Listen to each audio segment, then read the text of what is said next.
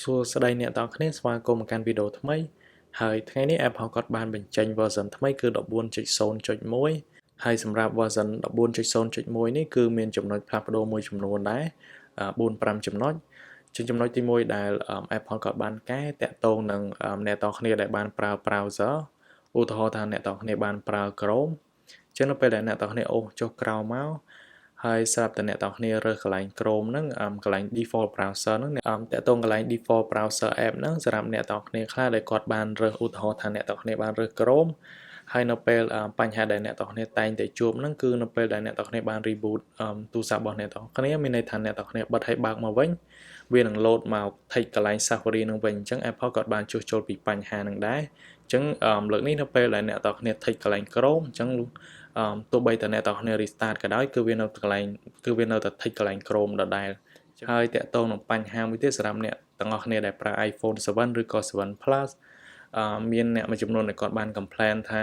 តាក់ទងនឹង7 Plus ហ្នឹងនៅពេលដែលបើកកាមេរ៉ាគឺវាអត់បានបង្ហាញត្រង់នេះទេគឺវាលោតខ្មៅអញ្ចឹងអ្នកខ្លះដែលគាត់បាន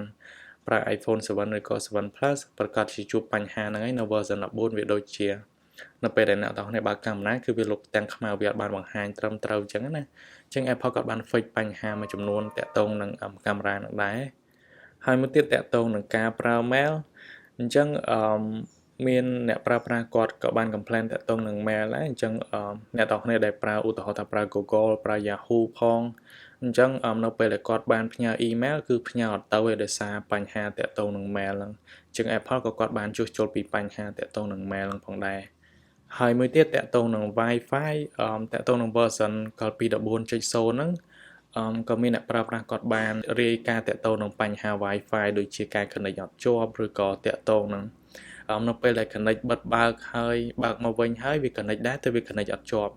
អញ្ចឹងក្នុង version 14.0.1 Apple ក៏គាត់បានជួសជុលពីបញ្ហា Wi-Fi នឹងដែរហើយមួយទៀតតាក់ទងនឹងកម្មវិធី News នៅលើ widget នៅពេលដែលអ្នកទាំងគ្នាដាក់ widget សម្រាប់ version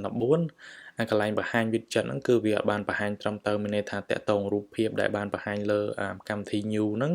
គឺវាបានបង្ហាញត្រឹមត្រូវហើយ Apple ក៏គាត់បាន fix ពីបញ្ហាហ្នឹងដែរជានៅពេលដែលអ្នកទាំងនេះចុចកន្លែង view ចេះសម្រាប់កម្មវិធី news ដោយសារបើខ្ញុំអត់មានកម្មវិធី news ប៉ុន្តែបើអ្នកទាំងគ្នាមានអញ្ចឹងកម្មវិធី news វាអត់បានបង្ហាញរូបភាពនៅលើផ្ទាំងនឹងឲ្យបានត្រឹមត្រូវអញ្ចឹងណា Apple ក៏គាត់បាន fix ពីបញ្ហាហ្នឹងដែរហើយតើតើក្នុង version 14.0.1 នេះ Apple ក៏គាត់បាន update security update ដែរមានន័យថាគាត់បានបន្ថែមប្រព័ន្ធសុវត្ថិភាពថ្មីហើយតើតើការ jailbreak ខ្ញុំគិតថាដូចជាមិនតឹងរឹងទេបើជាអាច jailbreak បានជាមួយនឹង checkratហើយជាមួយគ្នានេះដែរ Apple ក៏គាត់បានបញ្ចេញ watchOS 7.0.1 iPadOS 14.0.1 មកជាមួយគ្នាទាំងអស់អញ្ចឹងបើអ្នកទាំងគ្នាមានបញ្ហាទាំងអស់ហ្នឹងអ្នកទាំងគ្នាអាច update ទូរស័ព្ទរបស់អ្នកទាំងគ្នាទៅ 14.0.1 បានហើយសម្រាប់ព័ត៌មាននៃការ update នេះគឺមានតែប៉ុណ្្នឹងឯងហើយអរគុណច្រើនសម្រាប់ការទស្សនា